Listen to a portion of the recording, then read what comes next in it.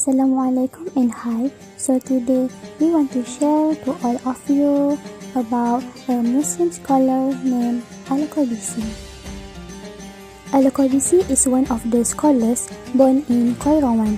He became known as Al-Qabisi, referred to by the nisbah of his village as Al-Mu'afiri Al-Qabisi, or even known as Al-Qayrawani, since he was born, brought up, studied and became a teacher in Qayrawan. Qayrawan is the capital of the Qayrawan Governorate in Tunisia. The city was founded by the Umayyads around 670. Qayrawan lies south of Sousse, 50 km from the east coast, 75 km from Monastir, and 184 km from Tunis. The foundation of Qayrawan dates to about the year 670, when the Arab general Al-Qabisi of Caliph Muawiyah selected a site in the middle of a dense forest, then infested with wild beasts and reptiles, as the location of a military post for the conquest of the West. In the period of Caliph Muawiyah, it became an important center for Sunni Islamic scholarship and Quranic learning, and thus attracting many Muslims from various parts of the world, next only to Mecca and Medina. In 800, Caliph Harun al-Rashid in Baghdad confirmed Ibrahim as emir and hereditary ruler of Ifriqiya. Ibrahim ibn al-Aghlab founded the Aghlabid dynasty, which ruled Ifriqiya between 800 and 909. The new emirs embellished Qayrawan and made it their capital. It became a powerful trading hub and center of Islamic scholarship in the 9th century, when Aghlabid emirs ruled Qayrawan and built many of its monuments. The Aghlabids built the Great Mosque and established in it a university that was a center of education both in Islamic law and in the scholar science. The city of Qayrawan has become a special place in the hearts of local Muslims. They consider Qayrawan as a holy city that cannot be entered except by Muslims.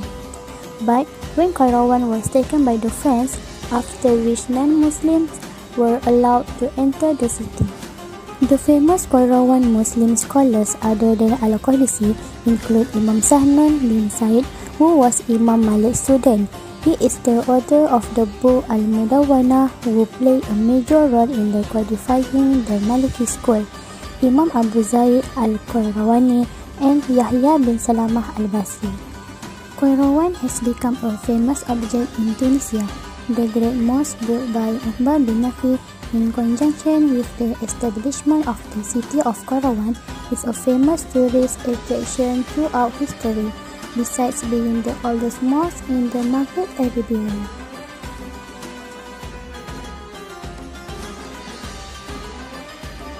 Biography Al-Qabisi. Al-Qabisi's full name is Abu al-Hasan Ali ibn Muhammad ibn Qabisi Khalaf al-Mu'afiri al-Qayrawani. Al-Qabisi is known as one of ulama, which is the expert or scholar of Islam, related to hadith, excellent educator, and a very loyal follower of Maliki. He was born in the 4th century on 324 Hijrah, equivalent to 913 Masihi, and died in 420 Hijrah, equivalent to 109 Masihi. Ibn al-Khalikan pointed out that Qabisi revealed from a name of town in Qayrawan, Northern Africa, namely Qabis city in which closer with Mahdiyah district. Most of experts agree that Al-Qabisi was known as one of Islamic scholars who dedicated his life in Qayrawan. Upbringing of Al-Qabisi. During his childhood and adolescence, Al-Qabisi studied in the city of Qayrawan. He began to study the Quran, Hadith, Fiqh, Arabic, and Qira'at from some of the famous scholars of his city. Among the great scholars who influenced him was Abu al-Abbas al-Ibyani, who was very influential in the fiqh of the Maliki.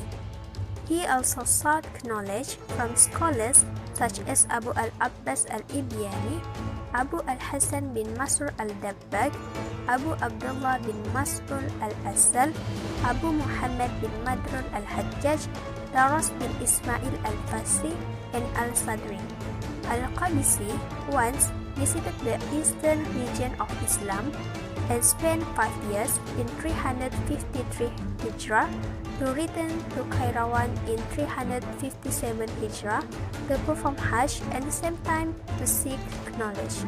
In Alexandria, he once studied with Ali bin Zaid al-Iskandari, a scholar who was famous for narrating the hadith of Imam Malik and delving into his school of fiqh. In Mecca, he studied the book of Al-Bukhari under the guidance of Abu Zaid. The education of Al-Qabisi. Al-Qabisi is well known for his extensive knowledge in the field of hadith and fiqh as well as Arabic literature. He became a reference for the Ummah and was required to answer the problems of Islamic law, so he was appointed Mufti in his stead. One of his works in the field of Islamic education that is very monumental is the book Ahlal al-Muta'allimin wa Ahkam al-Mu'allimin wa al-Muta'allimin, as a famous book in the 4th century and beyond. Al-Qabisi is very famous for his humble nature, pious, and does not like leisure. A number of fatwas issued by Al-Qabisi have been largely followed by the people of Egypt and Tunisia. One of the glories he gained from his journey to the east was that Al-Qabisi was the first person to bring the book of Sahih Bukhari to North Africa. The students of Al-Qabisi who learned from him in the field of fiqh, among them were Abu Imran al-Fasi and Abu al-Qasim al-Labibi. Among the students who studied the field of hadith were Abu Bakr Atiq al-Sawsi, Abu al-Qasim al-Hassari, and Abu Abdullah al-Maliki. The contribution of Al-Qabisi. In general, Al-Qabisi was a Muslim scholar who have contributed to the development of educational field. He also excelled in various types of knowledge such as hadith, fiqh, theology, and education, and authored a number of books. Al-Qabisi also became a teacher, and references to other scholars include the Western scholar. In our research, we are focusing on the Al-Qabisi's famous contribution as based on his famous book called Ar-Risalah al-Mufassalah li Ahwal al-Muta'allimin wa Ahkam al-Mu'allimin wal-Muta'allimin that include Al-Qabisi view on children Islamic education, the application of Al-Kutab education, the purpose of education, the education curriculum, and lastly, the methodology, principle, and techniques of teaching and learning. Al-Qabisi's view on children Islamic education. First of all, Al-Qabisi are very concerned about the education of children as an important element to shape the formation of the country and nation, which should be implemented with full of intensity and perseverance. There are two important roles in children Islamic education. First, the role of parent, and the second, the role of the teacher. Firstly, the parents who have the ability to educate their children should educate themselves before sending their children to the pious person or the teacher, and hire them if the parents are not able to provide the education and give knowledge to their children. According to Al-Qabisi, parental awareness about the obligation to educate the children is an initial process to improve the quality of the Ummah. The second one is the role of the teachers. The teachers are not only master in the various of teaching materials and the methodology of pedagogy and conveying the knowledge to the children, but also need to be decorated themselves with noble character, good behavior with good morals, fear of God, always purifying the hearts and intention, respecting the poor, performing acts of ibadah, and always be patient in facing the test from Allah. The education conducted by Al-Qabisi is the basic level of education that based on the Al-Kutab educational institution system. Since the education system of Al-Kutab exposure to the teaching of the Quran, Al-Qabisi sees that the teaching the Quran to the children is considered as a very important knowledge. Moreover, Al-Qabisi puts more focus on democratic educational system in his method, and he did not set and provide the limitation of the time to the family who wanted to send their children for learning in the Kutab. In the Kutab, the children will learn various types of knowledge such as the Quran, Kitabah, Arabic literature, mathematics, and traditional prose, as well as local stories from Arabs. Al-Qabisi has established the most dominant knowledge to be produced by the student, such as Al-Quran knowledge, which begin with memorization and repetition as the requirement in understanding the Al-Quran. The purpose of education by Al-Qabisi. The purpose of children's education for Al-Qabisi is to know and practice religion. Regarding his attitude of adhering to religion with a specialization in the field of fiqh based on the Quran and Sunnah, Al-Qabisi wants education and teaching to develop the child personality with true Islamic values. In addition, Ali Al-Jumbulati said that the general purpose of education held by Al-Qabisi is to develop the moral traits of children, cultivate a love of religion, adhere to its teachings, and behave with pure religious values. From the description, it is clear that the purpose of Islamic education designed by Al-Qabisi is religious and normative to produce a Muslim who can master various knowledge about Islam and also practice it well. The education curriculum. Al-Qabisi classified children's education curriculum into two methods. First, compulsory curriculum. In this curriculum, there are some basic subjects that must be learned by children as a base for forward subjects. Second, selected curriculum. It is a number of subjects consists of science and technology to support the compulsory curriculum. The first one, Ijbari curriculum, which is compulsory. About the Ijbari curriculum, there is couple subjects classified as compulsory subjects that must be learned by the children, which is Al-Quran, fiqh, moral, Arabic language, writing and reading. Second one, Ikhtiyari curriculum, which is optional. About Ikhtiyari curriculum, the core objective of the selected curriculum is to support and strengthen the compulsory curriculum through a number of subjects that are included in selected curriculum, such as arithmetic, poetry, history, which is including stories of Arabic country, Nahu Sarah, and pure Arabic language. In short, this curriculum may be learned by the children themselves or taught by the teacher initiative. In other words, there is no suggestion and no restriction for whom want to study. The contribution of Al-Qabisi as a founder of children Islamic education comes with his own methodology, techniques and principle of teaching and learning.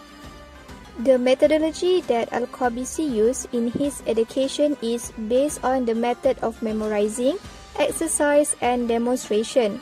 Moreover, he prohibited of mixing male and female students in learning session in one class, or as we known as co-educational classes.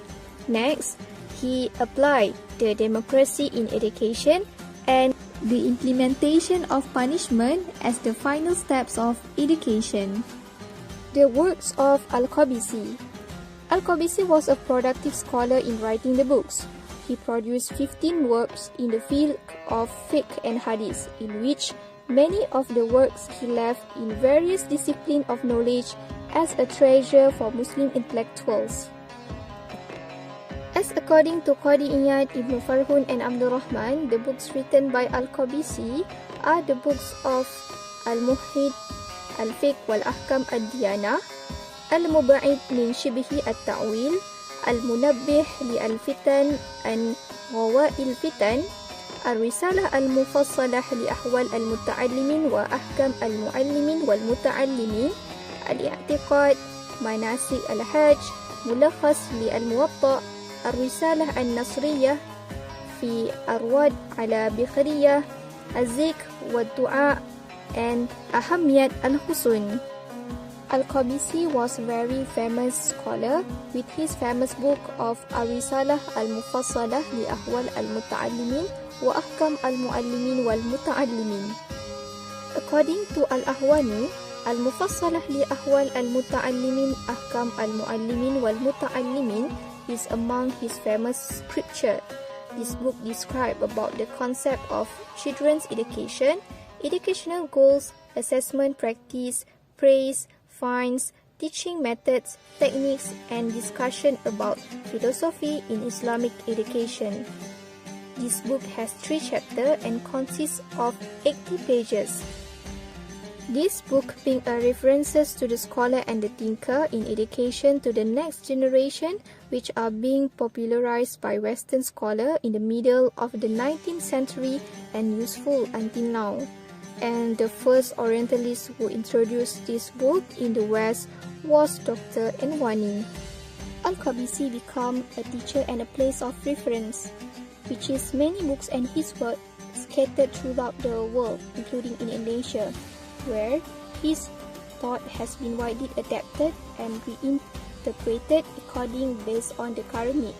The idea of Al-Qabisi also has a point of equality that legitimizes the idea of Islamization of science brought by various Muslim scholars. Al-Qabisi is not only an educational figure, in fact he is also a faqih, theologian, mutakallim, and hadith scholar, muhaddisin, who were famous in his time, who famous with his critical thoughts of his intellectual that give contribution in various fields of knowledge to the Islamic community. In conclusion, his thinking in education was greatly influenced by his attitude and stance as ulama Ahli Sunnah wal Al-Jama'ah, which every effort and thought on the teachings based on Al-Quran and Al-Hadith. His attention to the importance of teaching the Quran, writing, understanding, and memorizing to students describe the importance of Islamic religious education. Al-Qabisi was the first person to bring the book of Sahih Bukhari to North Africa. We can see that Al-Qabisi was an ambitious person in field of hadith, and most of Al-Qabisi observers and analysts agree that he was a great hadith scholar and educator. The core curriculum of Al-Qabisi is the integrity of moral change for children, building a sense of love of religion, keep following to his Prophet Muhammad ﷺ teachings and behave in accordance with the values of a religion. The idea from Al-Qabisi about education is guided by the basics of Islam.